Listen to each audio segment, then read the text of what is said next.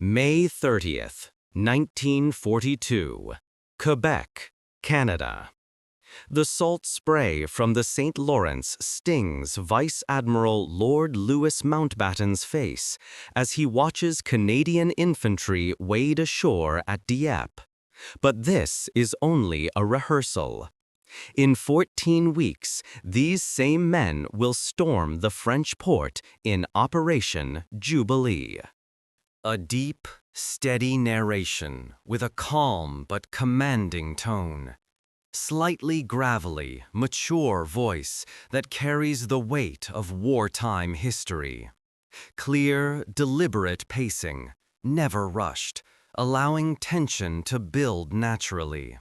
Subtle emotional restraint, controlled intensity during dramatic moments, quieter and reflective during tragic ones. Cinematic, documentary-style delivery with precise emphasis on key names, dates, and actions. A voice that sounds authoritative, historical, and inevitable.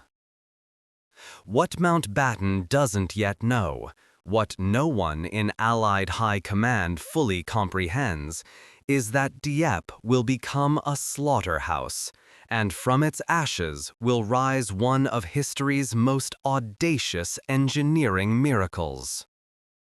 The raid on Dieppe in August 1942 is a catastrophe. Of the 6,050 men who land, more than half are killed, wounded, or captured within 10 brutal hours. The Germans hold every port along the Atlantic Wall with overwhelming firepower. The lesson is stark and undeniable. A deep, steady narration with a calm but commanding tone. Slightly gravelly, mature voice that carries the weight of wartime history. Clear, deliberate pacing, never rushed, allowing tension to build naturally. Subtle emotional restraint, controlled intensity during dramatic moments, quieter and reflective during tragic ones. Cinematic, documentary-style delivery with precise emphasis on key names, dates, and actions. A voice that sounds authoritative, historical, and inevitable. The Allies cannot simply seize a harbor. They must bring their own. In a smoke-filled conference room at Norfolk House in London, Winston Churchill scrawls a note that will change the course of the war. The Prime Minister, a former First Lord of the Admiralty who understands the sea's temperament better than most generals understand land, writes with characteristic directness, "Piers for use on beaches."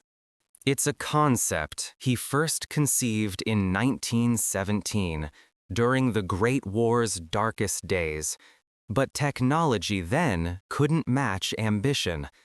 Now, in 1942, with the fate of Western civilization hanging in the balance, that old dream must become reality. The project receives its codename from pure happenstance, Mulberry, after a tree growing in someone's garden. But there's nothing whimsical about the challenge facing British engineers. They must design, construct, and deploy 2 complete artificial harbors, each spanning more than a square mile of ocean, capable of handling the largest invasion fleet ever assembled. These floating ports must function in the treacherous waters of the English Channel, where tidal ranges exceed 26 feet, and the sea can retreat half a kilometer during low tide. The harbors must be ready by June 1944, less than 2 years away. The technical specifications are staggering. Each Mulberry will require massive concrete caissons called Phoenix units, some weighing over 6,000 tons. Floating breakwaters, codenamed bombardons. Sunken block ships to form outer barriers. and mile-long floating piers, called whales, supported by beetle pontoons. At the seaward end, spud pierheads must rise and fall automatically with the 8-meter tides, their adjustable legs maintaining constant height. It's engineering on a scale never before attempted, built in secret while German reconnaissance planes circle overhead. The man who will translate Churchill's vision into blueprints is a young Welsh engineer named Hugh Ioris Hughes, working with designer Alan Beckett. They face skepticism from every quarter. Naval architects warn that such structures cannot survive channel storms. Logistics officers calculate that the volume of concrete alone will strain Britain's war economy. Military planners question whether this massive investment of resources and manpower, diverting 40,000 workers from other war production, can possibly justify the risk. But Churchill is adamant. The Dieppe raid proved that direct assaults on fortified ports are suicide. The coming invasion of France will require landing 156,000 men on the first day alone, followed by millions more. They will need 9,000 tons of supplies every single day to sustain the offensive. Without harbors, the invasion will stall on the beaches, and with it, any hope of liberating Europe. The engineers have no choice. They must build the impossible, and they must do it in time for D-Day. December 1943. The Thames Estuary, England. At dawn, a foreman named William Hutchinson stands on temporary scaffolding, staring at what appears to be a 5-story concrete apartment block rising from a hastily constructed dry dock. Except this building has no windows, no doors, only hollow chambers designed to flood with seawater. Around him, 200,000 workers are constructing the components of the Mulberry harbors in a 7-month sprint that will consume Britain's industrial capacity. The Phoenix caissons they're building, massive concrete boxes that will form breakwaters, require precision engineering on a scale that defies wartime urgency. Each one weighs between 1,500 and 6,000 tons. The largest measures 60 meters long by 17 meters wide, the height of a 5-story building, and must be completed in just 4 days. The construction sites sprawl across southern England like a secret archipelago. Along the Thames and Clyde rivers, at Richborough in Kent, Southsea, Southampton, and Marchwood, workers labor around the clock under blackout conditions. German reconnaissance flights pass overhead regularly, but from the air, the caissons resemble ordinary dock construction or coastal fortifications. The deception is crucial. If the Nazis discover the true scale of what's being built, they'll realize exactly where and when the invasion will come. Security is so tight that workers don't know what they're building. They're told only that these massive concrete structures are anti-submarine barriers or coastal defenses. The numbers are staggering. The project requires 600,000 tons of concrete and 31,000 tons of steel just for the caissons. Britain's entire steel industry has been mobilized, with 1.5 million yards of steel shuttering fabricated for the forms. In the Thames alone, engineers construct completely new dry docks just to build the Phoenix units. knowing these facilities will be abandoned after the caissons float away. The concrete must cure properly despite Britain's damp climate and winter cold. Too fast and it will crack under stress. Too slow and there won't be enough caissons ready by June. Chemical engineers develop special rapid hardening concrete mixtures that can achieve full strength in days rather than weeks. But the caissons are only the beginning. At assembly points along England's south coast, other components take shape. The bombardin floating breakwaters, steel cruciform structures 200 feet long, will absorb wave energy in the outer harbor. 70 sunken block ships, codenamed corncobs, must be positioned to create initial sheltered areas called gooseberries. Teams are already selecting obsolete cargo vessels and aging warships for deliberate scuttling. The ship's crews, some of whom have sailed these vessels for years, watch with mixed emotions as their commands are stripped of valuable equipment and prepared for their final voyage. The floating roadways present their own engineering nightmare. The whales, flexible steel piers stretching 16 kilometers in total, must ride the channel's 8-meter tidal range without breaking apart. Each section rests on hollow steel pontoons called beetles, interconnected to flex with the waves. At the seaward end, the spud pierheads incorporate an ingenious mechanism. 4 adjustable legs at each corner that can be independently winched up or down, keeping the pierhead at constant height regardless of tide.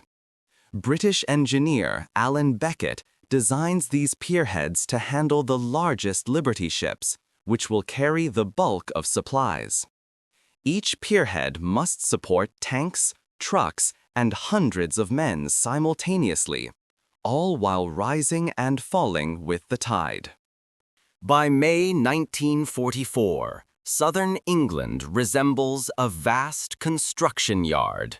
Phoenix caissons crowd every available waterway, their gray concrete hulls waiting for D-Day.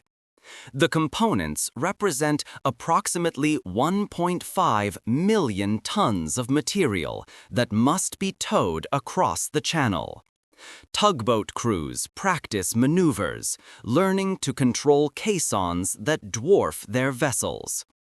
Navy salvage teams rehearse the complex choreography of positioning and flooding the units.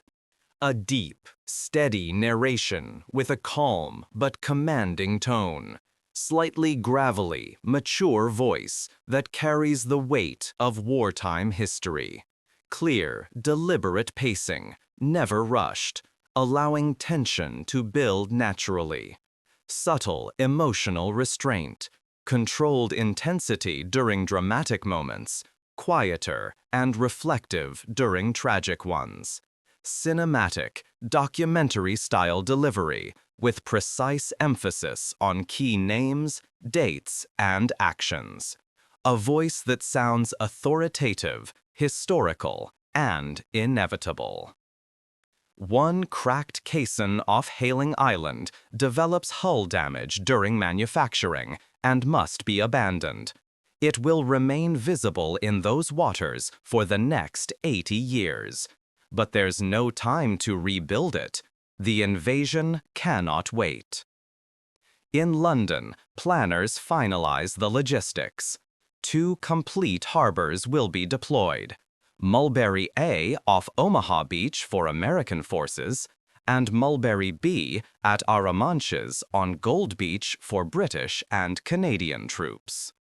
A deep, steady narration with a calm but commanding tone. Slightly gravelly, mature voice that carries the weight of wartime history. Clear, deliberate pacing, never rushed, allowing tension to build naturally.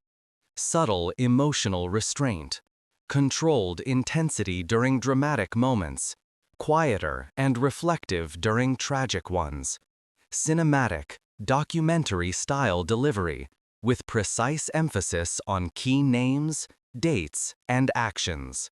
A voice that sounds authoritative, historical, and inevitable. Each harbor must be capable of handling 12,000 tons of cargo daily in all weather conditions. Over 400 separate components must cross the channel, be positioned precisely, and become operational within days of the initial landings. The margin for error is zero. If the Mulberries fail, the invasion will starve on the beaches, and the liberation of Europe will drown in the Channel's surf. June 6, 1944, 4:47 p.m. Selsey-Bill, England. Commander David Bone watches from the bridge of the tugboat Assiduous as the Phoenix caisson behind him, a 6,000-ton concrete monster christened C-15, begins its journey to France. Around him, the English Channel churns with over 400 separate components of the Mulberry harbors starting their slow crawl toward Normandy. The caisson's gray bulk rides low in the water, its hollow chambers keeping it afloat by the thinnest margin of buoyancy. Bone's orders are simple but terrifying. Tow this behemoth 20 miles across waters still contested by U-boats and coastal artillery, at a speed no faster than 4.5 knots, and arrive precisely on schedule. Allied planners predicted losses of 20 to 25% during the crossing, 1 in every 4 components expected to sink before reaching France. But the Channel, for once, shows mercy. The same storm system that forced General Eisenhower to delay D-Day by 24 hours has now passed, leaving behind workable seas. The bombardons, those steel cruciform floating breakwaters, lead the procession, arriving off Omaha Beach before nightfall on D-Day itself. Behind them, in long, snaking convoys stretching back to the horizon, come the block ships destined to become corn cobs, the whale roadway sections riding on their beetle pontoons, and the massive Phoenix caissons creeping forward like floating fortresses. Some caissons carry anti-aircraft guns on their flat tops, their crews scanning the skies for Luftwaffe bombers. The German Air Force, however, remains conspicuously absent. The Allies' months of air superiority operations have done their work. The first block ship arrives off Omaha Beach on June 7th, D-Day +1. The USS James Iredell, an elderly cargo ship stripped of everything valuable, moves into position under her own power. At the designated coordinates, her crew opens the seacocks. Water rushes into her holds. In less than 30 minutes, she settles onto the seabed, her superstructure still visible above the waves, the first piece of the artificial harbor. Over the next 4 days, 69 more block ships follow her down, their hulls forming the outer gooseberry breakwaters that will shelter both Mulberry harbors. The real engineering ballet begins on June 9th at dawn.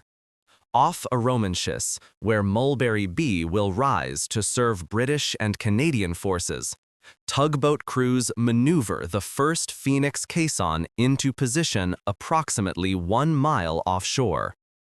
The caisson, a 5-story concrete structure weighing thousands of tons, must be sunk with precision. Engineers aboard open valves in the base. Seawater floods the hollow chambers. The massive structure begins its controlled descent, settling onto the sandy bottom with a shudder that ripples through the water. By June 15th, 115 Phoenix caissons have been positioned in a 5-mile arc stretching from Asnelles in the east to Tracy-sur-Mer in the west. The artificial breakwater now protects a vast area of sheltered water. At Omaha Beach, Mulberry A takes shape simultaneously. The first Phoenix sinks on June 9th, and by June 11th, the Gooseberry breakwater is complete. American Seabees, the Naval Construction Battalion, work with desperate urgency. 2 piers and 4 spud pierheads are operational by June 18th. At Arromanches, British engineers complete the East Pier and 4 pierheads, with work progressing rapidly on the Center and LST piers. Liberty ships begin docking at the floating roadways. Their cargo holds disgorging jeeps, artillery pieces, ammunition crates, and fuel drums. The impossible has become real. Fully functional harbors have materialized on an open coastline in just 12 days. But on June 16th and 17th, the seas grow heavy again. Towing operations become hazardous. On June 18th, commanders make a fateful decision to accelerate the schedule before conditions worsen further. 4 Phoenix caissons and 23 whale roadway sections depart England. The gamble backfires. 1 caisson runs aground. 11 of the whale sections, nearly half, are lost during the crossing, their pontoons overwhelmed by the building seas.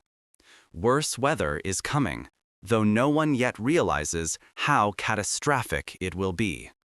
By nightfall on June 18th, 9,000 tons of supplies are flowing through the Mulberry harbors every day.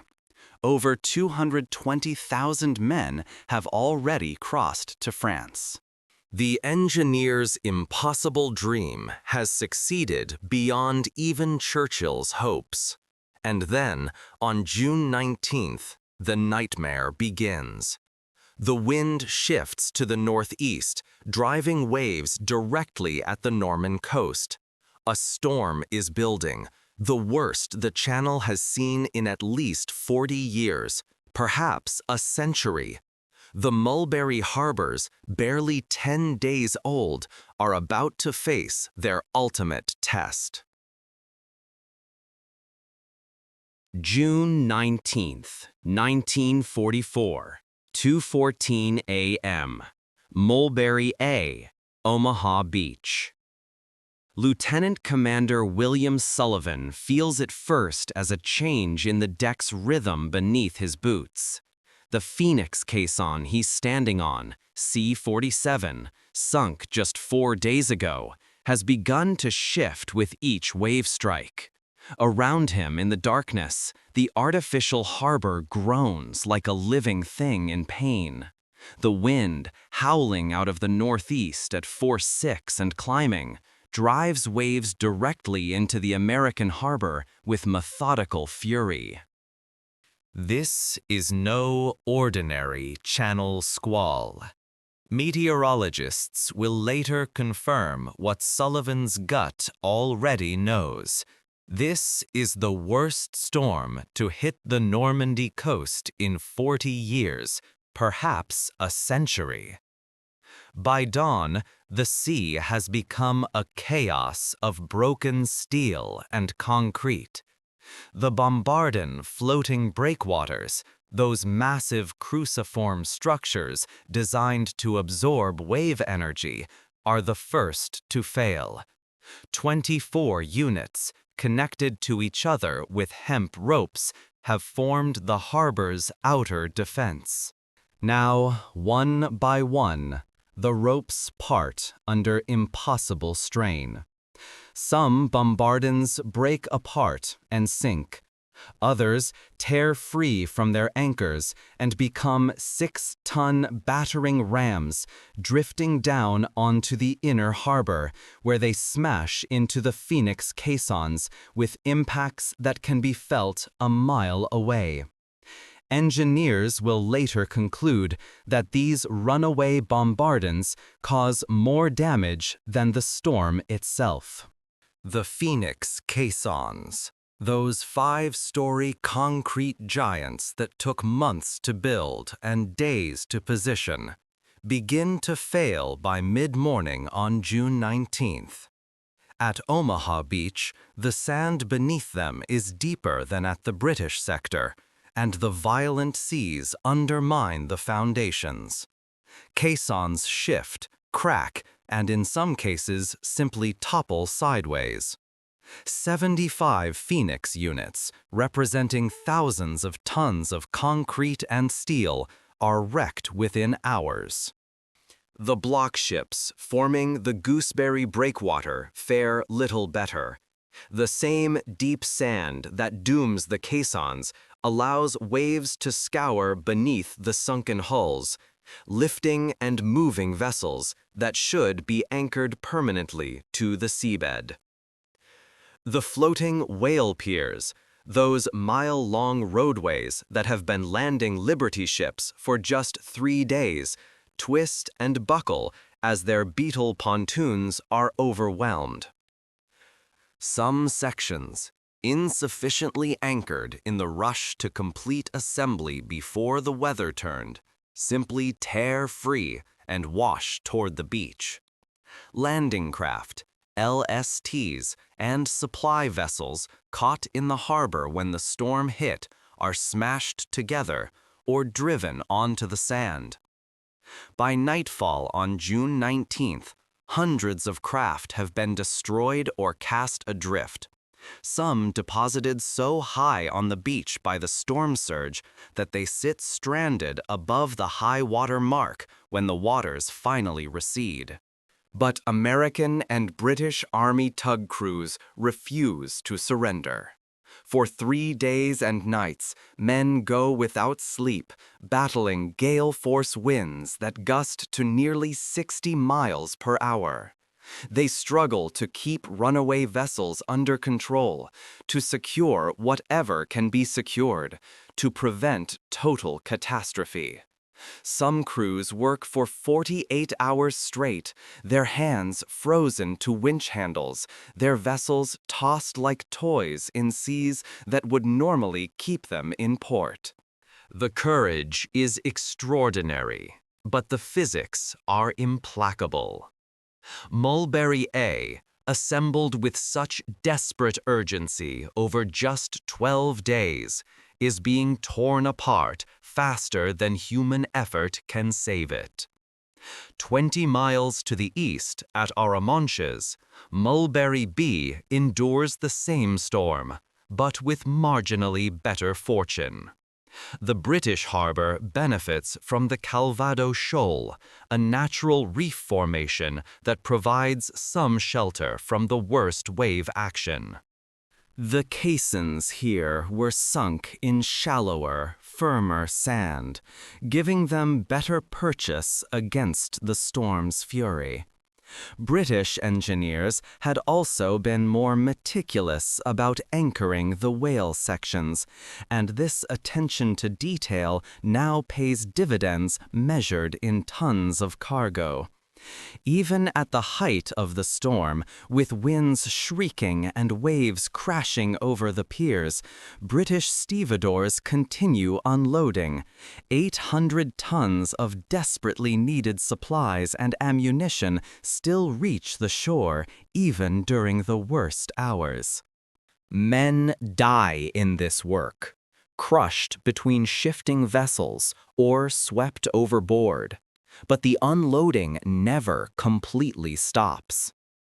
On June 22nd, the storm finally exhausts itself.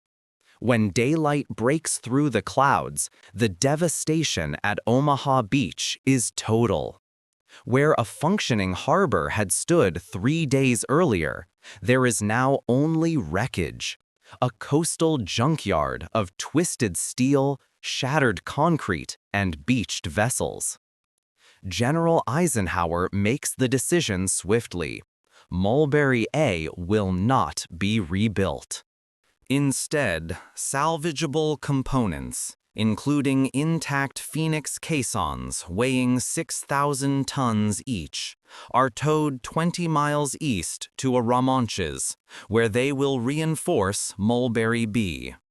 The American forces will revert to landing supplies directly over the open beaches, relying on the surviving Gooseberry breakwater to provide minimal shelter for small craft.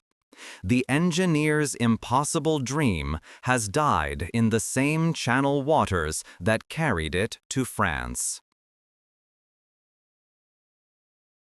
June 25, 1944. Arromanches les Bains. Through binoculars caked with salt spray, Lieutenant Colonel G.C.B. Shattuck of the 20th Port Group, Royal Engineers, watches a peculiar parade approaching from the west. 6 Royal Navy tugs are towing Phoenix caissons, massive concrete structures that just days ago formed part of the ruined American harbor at Omaha Beach. The storm that destroyed Mulberry A has paradoxically provided a windfall. A deep, steady narration with a calm but commanding tone. Slightly gravelly, mature voice that carries the weight of wartime history. Clear, deliberate pacing, never rushed, allowing tension to build naturally. Subtle emotional restraint. Controlled intensity during dramatic moments, quieter and reflective during tragic ones.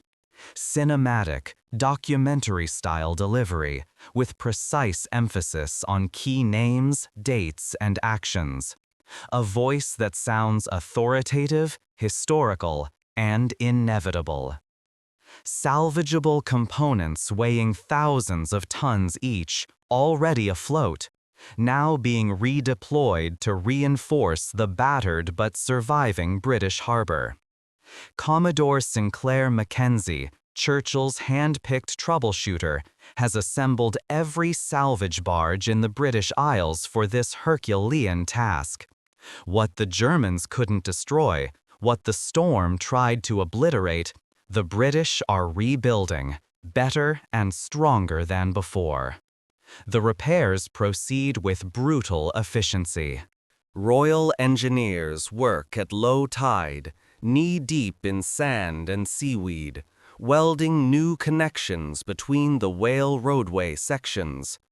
Divers inspect caisson foundations, shoring up undermined bases with sandbags and crushed stone. The Phoenix breakwater receives reinforcement from specially strengthened caissons designed for extended service, because Mulberry B will need to function far longer than the original 3-month design specification. Intelligence reports confirm that both Cherbourg and Le Havre have been systematically demolished by retreating Germans. Neither port will be operational for at least 6 months. Arromanches isn't just a temporary expedient anymore. It's the only deep-water port the Allies have in all of northwestern France. By early July, the harbor Churchill's engineers said couldn't be built is handling over 4,000 tons of cargo every single day. The statistics become staggering as weeks turn to months. Liberty ships queue offshore, waiting their turn at the spud pierheads that rise and fall with the tide's 8-meter range. Sherman tanks roll down the whale roadways, their treads clanking on steel decking that flexes with each wave. Ammunition crates stack up on the beach. 105mm shells for the artillery batteries pushing toward Caen, 50 caliber rounds for the tank destroyers, mortar bombs, rifle ammunition, grenades. Jerry cans of gasoline flow ashore in an endless river of petroleum that keeps Patton's Third Army mobile. Field ambulances arrive empty and depart full, carrying wounded men back to hospital ships anchored in the artificial harbor's sheltered waters. The men who service Port Winston, as the troops affectionately christen Arromanches, work around the clock in 12-hour shifts. Stevedores unload cargo with mechanical precision, their movements choreographed by decades of dockyard experience. Royal Navy beachmasters control the flow of landing craft like traffic policemen, preventing the chaos that could strand thousands of tons of supplies on vessels unable to dock. Anti-aircraft crews man batteries positioned on the Phoenix caissons themselves, scanning for Luftwaffe bombers that rarely come. The German Air Force, gutted by months of Allied air superiority operations, can spare only occasional nuisance raids. The harbor that should have been impossible survives not just storms, but the scrutiny of German reconnaissance flights and the occasional bombing run. As summer transitions to autumn, the numbers become almost incomprehensible. By September, more than 1 million men have passed through Port Winston. Vehicles number in the hundreds of thousands: trucks, jeeps, half-tracks, self-propelled guns, bulldozers, ambulances, every type of wheeled and tracked conveyance the Allied armies require. Supplies exceed 2 million tons.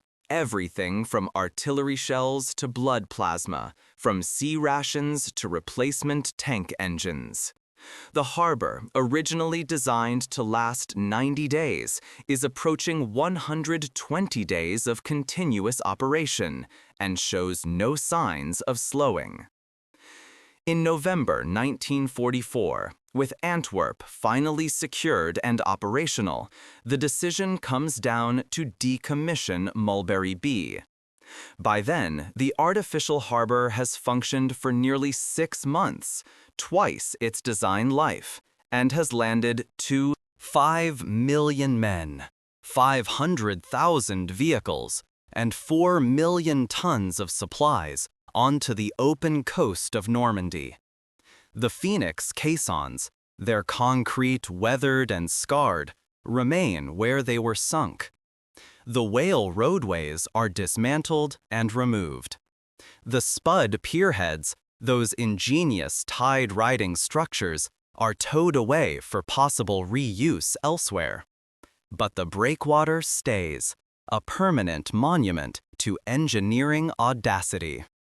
The remains are visible today from Arromanches beach, gray concrete monoliths breaking the surf, enduring markers of the day when engineers built harbors from nothing and kept an invasion supplied while every port on the French coast burned. Port Winston accomplished what every expert said was impossible, and in doing so, changed the course of history. November 19th, 1944. Arromanches-les-Bains. Brigadier Bruce White stands at the end of the eastern pier, watching the last Liberty ship maneuver away from the spud pierhead. After 10 months of continuous operation, more than 3 times its designed lifespan, Port Winston is being decommissioned. The port of Antwerp, finally cleared of mines and German resistance, opened 9 days ago, and its deep water facilities render the artificial harbor obsolete. November 19th, 1944. Arromanches-les-Bains.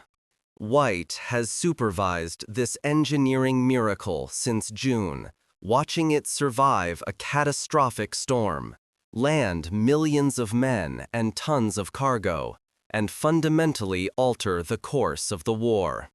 Now comes the melancholy task of dismantling what should never have been possible in the first place.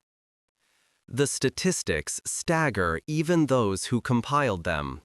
Through this single artificial harbor, built from nothing on an open coastline where no harbor should exist, have passed a deep, steady narration with a calm but commanding tone. Slightly gravelly, mature voice that carries the weight of wartime history. Clear, deliberate pacing, never rushed, allowing tension to build naturally. Subtle emotional restraint, controlled intensity during dramatic moments, quieter and reflective during tragic ones. Cinematic, documentary-style delivery with precise emphasis on key names, dates, and actions. A voice that sounds authoritative, historical, and inevitable. 5 million men, 500,000 vehicles, and 4 million tons of supplies. During its peak operational period in late summer, Port Winston handled more tonnage than the Port of Dover handled in peacetime. The Whale roadways carried everything from Churchill tanks to field ambulances, from ammunition trucks to fuel bowsers. These spud pierheads rose and fell with the 8-meter tides more than 300 times. Their adjustable legs maintaining constant height through storms, bombardments, and the ceaseless urgency of war. Royal Engineers repaired damaged sections overnight so operations could resume at dawn. Navy beachmasters directed traffic with parade ground precision, preventing the chaos that could have strangled the supply line. The demolition proceeds systematically.